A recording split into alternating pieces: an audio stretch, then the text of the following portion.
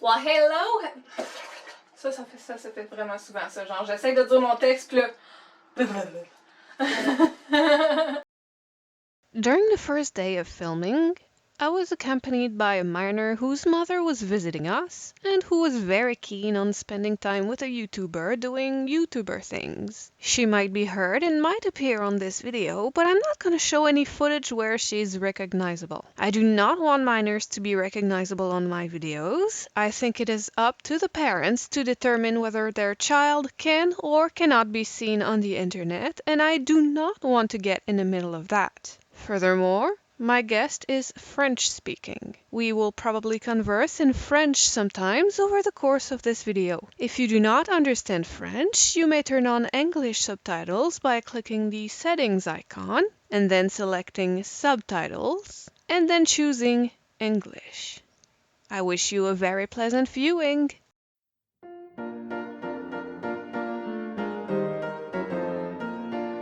Hello everybody, how are you doing today? I hope you're doing well. I would like to start this video by explaining why I haven't posted on Instagram and YouTube for, I'd say, about a month. As some of you may know, my body has been giving me quite a hard time lately, and my mind has been as well. I recently took an assignment which I had really bad reservations about, but I chose to walk right past the red flags because, you know, I wanted to gain some professional experience, and I also was yearning to push past my own limitations. I had a really gnawing feeling that I would end up I had a gnawing feeling that this would end up making me quit my YouTube channel, which it did, unfortunately, for a while. I'm very sorry about that, what can I say? Over a few weeks I went into a really dark place, and I just had to take some time off the camera to recover from that. I'm currently climbing out of this dark place, but for a while there I really needed to spend some time off camera. I took this occasion to redo my entire office. I'm gonna give you a tour eventually when it's gonna be completely finished. It isn't yet. It's making me feel already kind of better. So I feel like I might be ready to give the camera a new try, and it's very good timing because I have a friend today here with me. Allô, tu veux-tu nous dire ton nom? C'est Anne. Ok. Toi, j'ai entendu dire que t'aimais ça faire des exposés oraux sur des sujets qui te passionnent. T'aimes vraiment beaucoup communiquer? Oui. Oui? Ouais, genre à parler beaucoup. T'es le genre à parler beaucoup. Toi, présentement, tu fais des TikTok? C'est pas mal ça que je fais, oui. Ouais, puis de quoi tu parles sur tes TikTok?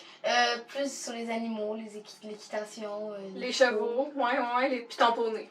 Ouais. She has a pony. Well, she has half a pony, technically. Anyway, she loves horses. She's a horse girl. Puis toi, tu voulais assister à ma journée de tournage aujourd'hui parce que faire du YouTube, c'est quelque chose qui t'intéresserait? Oui. Oui? Parce que pouvoir parler, donner mon expérience aux autres, équitation en partager un peu, oui, ça m'intéresse. L'équitation, tu voulais aussi parler d'autres animaux des fois?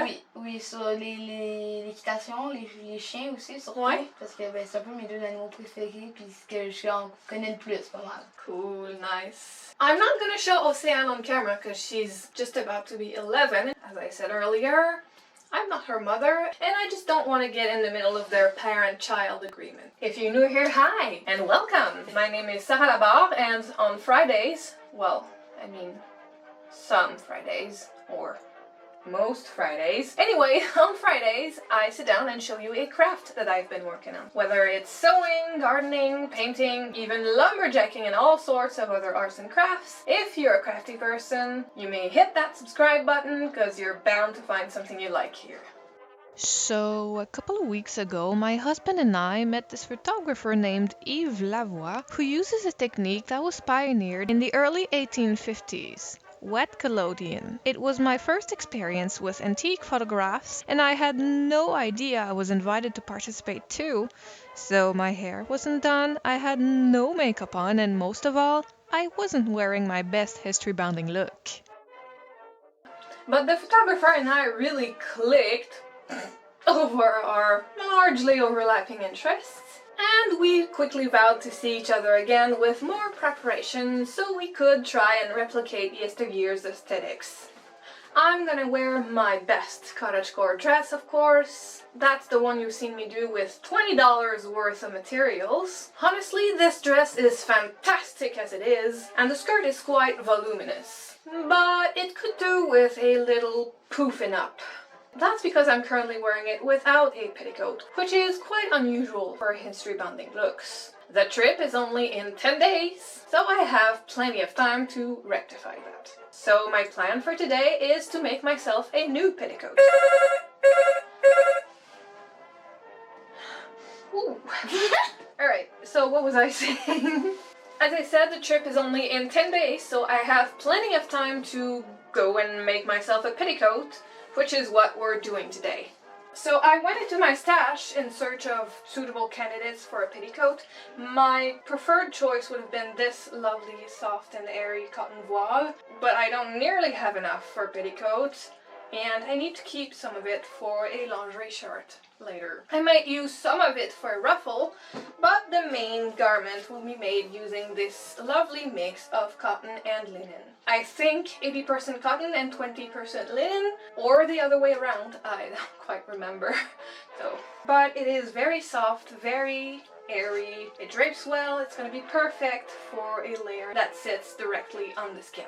The first step is figuring out the total length of my petticoat. I'm copying that from the length of the dress that I'm planning to pair it with. Here's a very quick sketch of my petticoat. The main information is the total length of the petticoat. It's going to be 33 inches and 3/8, and that includes a ruffle. I need to calculate what length my ruffle is going to be versus what length the main part of the skirt is going to be. Let's say I have a ruffle of about 6 inches. Is that enough?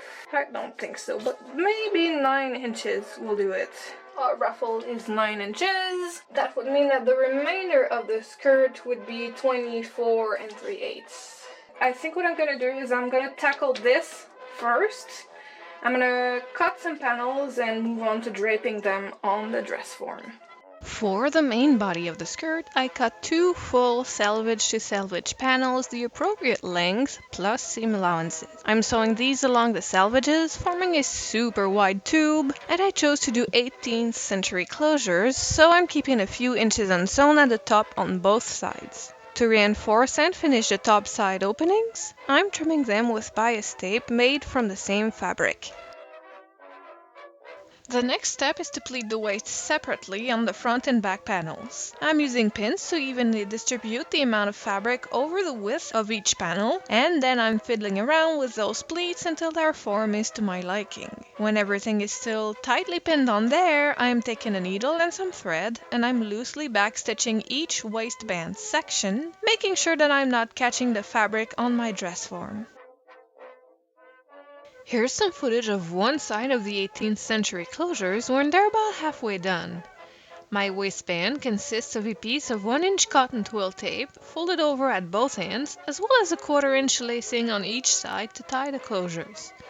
I'll stitch that on there, you can do it either by hand or by machine, and then I'll cover that waist tape with a strip of my skirt fabric that's been neatly pressed all around. That's it for the upper part!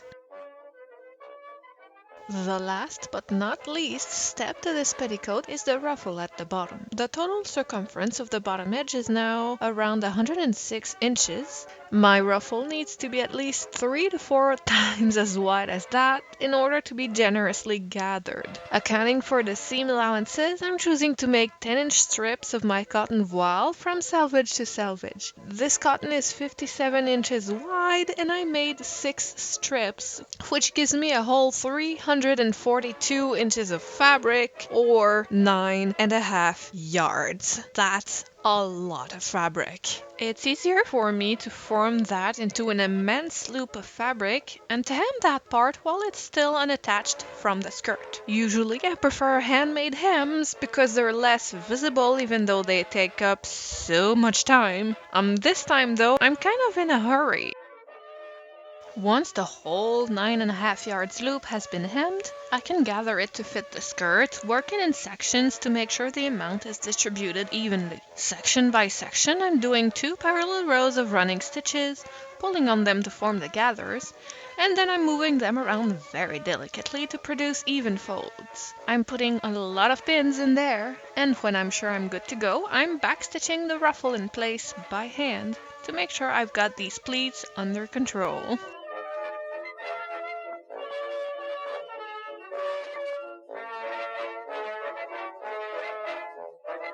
The very last step is to prevent those raw edges from fraying. Like with the waistband, I'm using 1-inch cotton twill tape. I'm whip stitching one edge of the tape to the seam line, and when I've done that all round, I'm whip stitching the other edge 1 inch over the seam line, thus hiding all the raw edges. And with that, my petticoat is complete. From the very moment I selected the fabrics, I have been charmed by this new petticoat.